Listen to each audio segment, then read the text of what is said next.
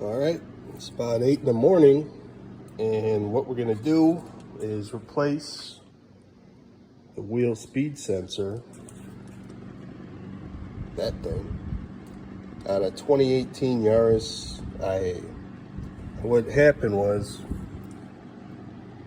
this broke off from underneath, and we have the new one, and we're gonna change that out.